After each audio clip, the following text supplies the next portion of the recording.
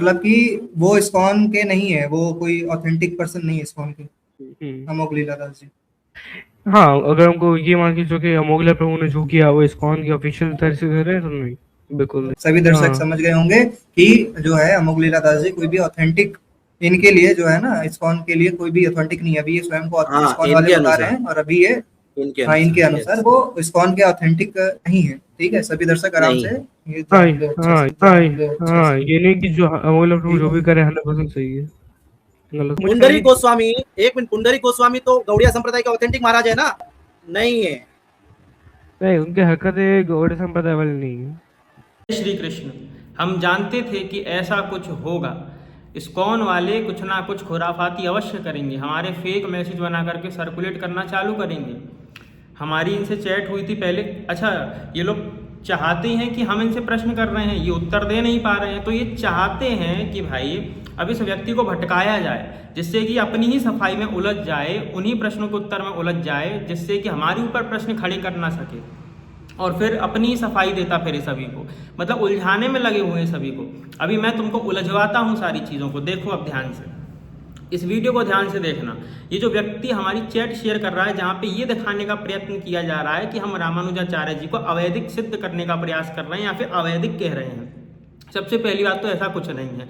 दूसरी बात ये कि ये 1 या 1.5 साल पुरानी बात है, ठीक है। उस समय कई लोग मेरे पास आए थे, जिसमें राघवाचार्य जी के शिष्य भी थे, जिन्होंने मुझसे कहा था कि आपकी ये चैट दिखाई जा रही है, जो कि ये लोग जो है कह रहे हैं कि रामानुजाचार्य जी को आप अवैधिक कह रहे हैं, ऐसा चैट में दिखाया जा रहा है। वहाँ पे मैंने उन लोगों को बताया, समझाया कि ये सब झूठ है, ये लोग जो है फेक मैसेजेस दिखाए जा रहे हैं, तुम लोग कुछ भी कपोल कल्पित बना लोगे। एक बात बताओ, जिन लोगों ने भगवत गीता के ट्रांसलेशन नकली किए, जिन लोगों ने चैतन्य महाप्रभु के नाम पर वर्ण व्यवस्था का विरोध किया, जिन लोगों ने रामानुजाचार्य जी की नकली कहानियां बना ली, जिन लोगों ने रामानुजाचार्य जी का अपमान किया, ऐसे लोग हमारे विषय में, यदि हम उनसे बात कर रहे हैं और हमारे विषय में कुछ उल्टा सीधा ना बोलें, कुछ उल्टा सीधा बना करके वो प्रस्तुत ना करें, ऐसा हो सकता है क्या? अब आप अपनी बुद्धि का स्तर देख लीजिए कि आपको इन लोगों पर विश्वास है जब ये लोग भगवत गीता का ट्रांसलेशन नकली कर सकते हैं, भागवतम का ट्रांसलेशन नकली कर सकते हैं, जहाँ पर ये लोग गौड़िया वैष्णव का सिद्धांत ही स्वीकार नहीं करते हैं। राघवाचार्य जी, उन्होंने भी इस्कॉन का कितनी बार खंडन किया है, उन्होंने भी कहा है कि ये लोग अवैधिक हैं, रामानुजाचार्य जी अवैधिक नहीं है। यदि तुम ये मानते हो कि मैंने रामानुजाचार्य जी को अवैधिक कहा है, यदि तुम चैट को प्रमाण मानते हो तो मेरे शब्दों को प्रमाण मानो, जहाँ पर मैं स्पष्ट रूप से ये कह रहा हूँ कि रामानुजाचार्य जी अवैधिक नहीं है, मेरे इस शब्द को प्रमाण मानो ना। लेकिन तुम लोग केवल वही दिखाने का प्रयत्न करोगे जो तुम लोगों को एक प्रोपेगेंडा सेट करना है भाई मेरे। यदि हम रामानुजाचार्य जी का अपमान करते, अवैधिक दिखाने का प्रयास करते, तो हम कुछ उल्टा सीधा बोलते। कभी कोई ऐसा वक्तव्य हमारा रामानुजाचार्य जी के विषय में नहीं आया, क्योंकि हम उन्हीं की संप्रदाय से हैं भाई, हम उनके विषय में उल्टा सीधा क्यों बोलेंगे? अच्छा, ये लोग चाहते हैं कि हम सफाई देते फिरें, किंतु अब इस पर हम कोई और सफाई नहीं देंगे, अब हम इन्हीं के ऊपर आएंगे सीधा।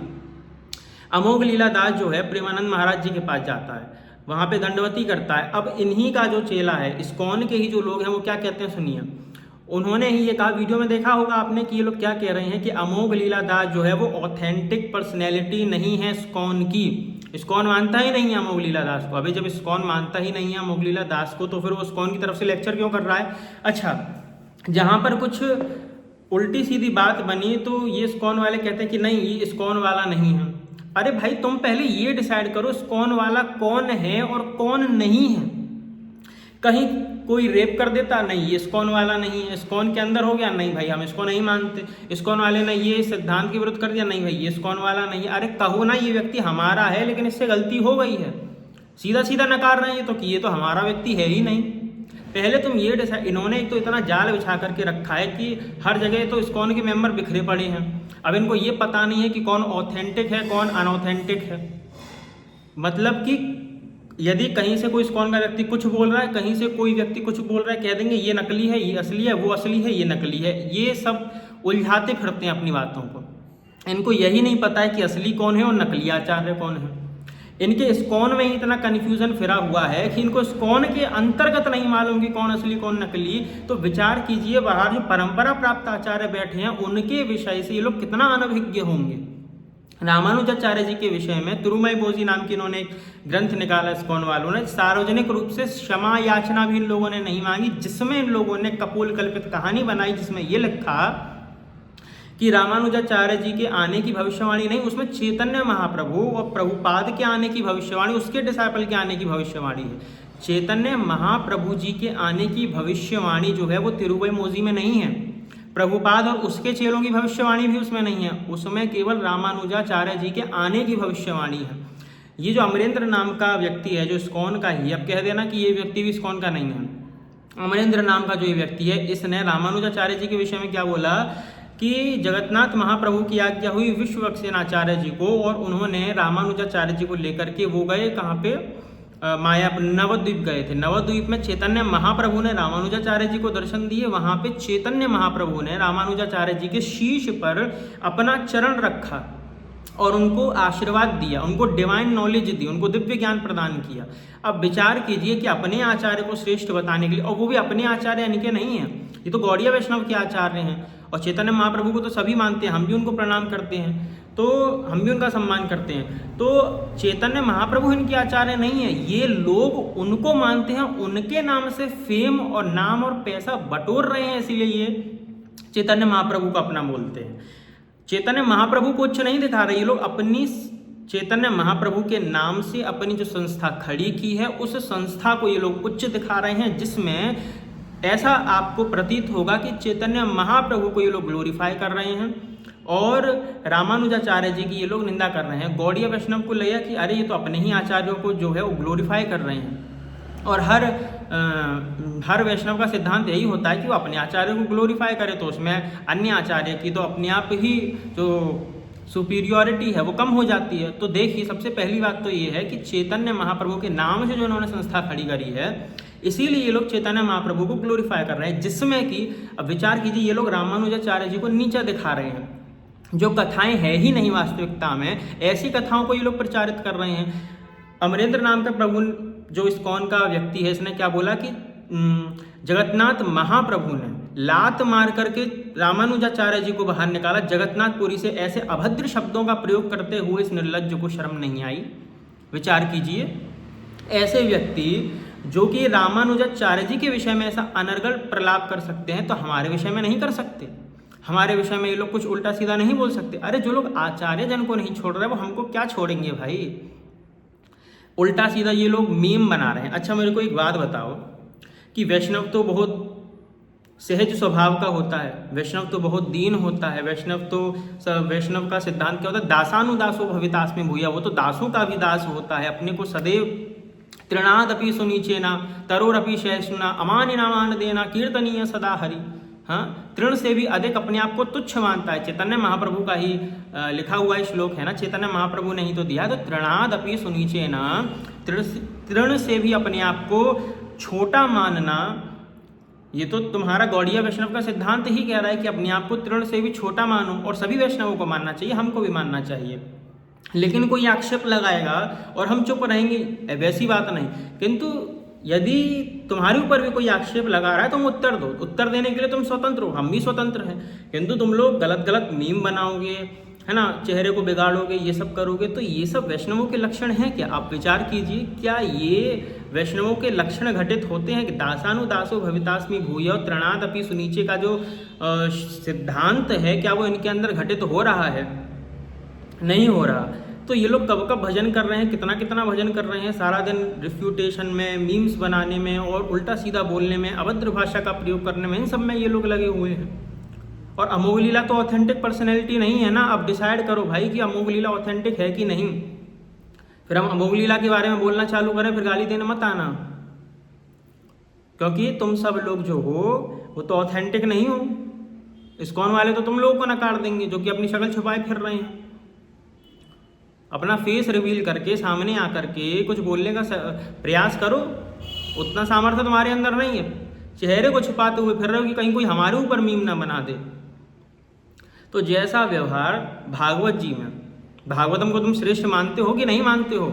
सारा दिन भागवतम के लेक्चर सुनते हो, इतना भी नहीं मालूम तुम लोगों को। जैसा व्यवहार हमको अपने प्रति प्रिय नहीं है, वैसा व्यवहार दूसरों के प्रति भी हमको नहीं करना चाहिए। भागवत जी में ही लिखा है ना ये कि भागवत जी के तुमने अध्ययन नहीं किया या लेक्चर नहीं सुने अपने उन प्रभुओं के? हाँ, लेकिन लेक्चरों में तो तुमने यही सुना होगा कि निंदाएं की जा रही हैं खूब भर भर के। जब महादेव की कथा आती है तो कह दिया जाता है अरे माता पार्वती, माता भी नहीं कहा जाता, सीधा क्या कह दिया जाता है कि अरे देखो वो तो छोड़ करके भाग गई। ये सब इस प्रकार से अभद्र भाषा का कुछ ही लोग प्रयोग करते हैं ना, वो मेरे को थोड़ा स्मरण नहीं है, लेकिन वीडियो मिलेगा तो मैं लगा ज़रूर दूंगा इसमें किस प्रकार से। और लगाने की भी आवश्यकता तो है नहीं वैसे भी, क्योंकि सभी लोग जानते हैं, कोई अनभिज्ञ तो है नहीं, सभी को याद है कि किस प्रकार से इन्होंने इस YouTube पे ही मिल जाएगी बहुत सारी वीडियो किस प्रकार से महादेव और माता पार्वती के विषय में अनर्गल प्रलाप किया। मुझे ये बताओ कौन से वैष्णवाचार्य ने, क्योंकि भागवत में तो महादेव की कथा आती ही आती है भाई, कौन से वैष्णवाचार्य ने महादेव की कथा सुनाते समय भागवत के अंतर्गत महादेव के ऊपर अभद्र भाषा का प्रयोग किया है या माता पार्वती के लिए अनर्गल टिप्पणी की है? माता पार्वती जी के ऊपर अनर्गल प्रलाप करने वाला जो चित्रकेतु था, संकर्षण भगवान का मंत्र उसको प्राप्त था, किंतु फिर भी माता पार्वती ने श्राप दे दिया, उसका पतन हो गया। और तुम लोग कौन हो? तुम लोग क्या चित्रकेतु से भी श्रेष्ठ समझते हो स्वयं को? अरे वो तो भगवत भक्त था, श्रेष्ठ था, किंतु फिर भी माता पार्वती ने उसको श्राप दे दिया, बाद में पुत्र कहकर के संबोधित किया जब उसको अपनी भूल का ज्ञान हुआ। किंतु तुम लोगों को अपनी भूल का ज्ञान नहीं हो रहा, तुम कंटिन्यूअसली अपमान किए जा रहे हो माता पार्वती का, भगवान शिव का। तो तुम्हारा क्या हश्र होगा माता पार्वती के माध्यम से? विचार करो। माता पार्वती भगवान शिव से कह रही होंगी कि प्रभु देखिए ये लोग कितने निर्लज्ज हैं, ये अल्लाह और भगवान कृष्ण को एक बता रहे हैं किंतु आपको उनसे भिन्न बता रहे हैं। जब ये लोग अल्लाह को एक बता सकते हैं तो आपको क्यों नहीं बता सकते? जब ये लोग भगवान के अनेक नामों में एक नाम अल्लाह का गिन सकते हैं तो आपका गिनने में इनको आपत्ति क्यों आ रही है? मैं तो इन लोगों को श्राप दे दूंगी। तुम सब लोग श्रापित हो, देने की आवश्यकता नहीं है। जैसे ही तुम शास्त्र विरुद्ध गए वैसे ही तुमको श्राप ऑटोमेटिक लग गया। श्रीमद् भागवत में तुम क्या लिख रहे हो? अपनी भागवतम में 3:15-25 प्रभुपाद का ट्रांसलेशन है, जाके पढ़ो। शिव दुर्गा काली गणेश की पूजा करने वाले लोग सभी फुलिश हैं, मूर्ख हैं। क्या लगा तुम मीम बनाओगे, ये सब उल्टी सीधी हरकतें करोगे तो हम बौखला जाएंगे? ये सब अवैष्णवों के लक्षण हैं जो ये लोग करते हैं। भैया हम बौखलाते नहीं, हमारा दिमाग एकदम स्थिर रहता है क्योंकि हम नित्य भक्ति करते हैं। हाँ, जो लोग भक्ति नहीं करते, जो लोग दिखावा करते हैं, वो बौखला जाते हैं। जैसे हम कुछ बोलना आरंभ करेंगे तो वो लोग एकदम बौखला जाएंगे, बौखलाहट के मारे पागल हो जाएंगे और फिर उल्टा सीधा बोलने के लिए आएंगे।